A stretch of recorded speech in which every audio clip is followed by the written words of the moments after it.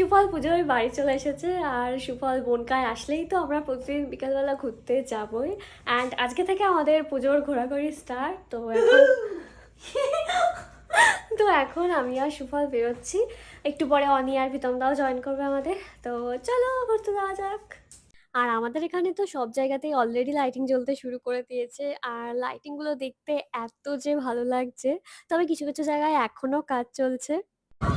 পুজো শুরু! বেরিয়ে তো আমরা প্রথমেই চলে গেলাম একটা জুতোর দোকানে। সুফল ডেইলি ওয়্যারের জন্য একটা কিটো কিনবে। তো দুটো দোকান দেখে ফাইনালি একটা পছন্দ হলো অ্যান্ড ওটা নিয়ে নিল।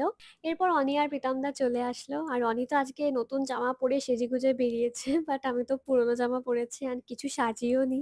আর আমাদের এখানে একটা প্যান্ডেলও এখনো পর্যন্ত কমপ্লিট হয়নি। সব জায়গাতেই কাজ চলছে।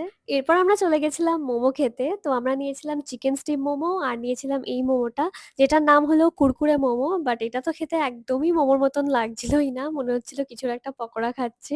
আর তারপর আমরা চলে গেছিলাম চা খেতে আমাদের ফেভারিট টি স্টলে।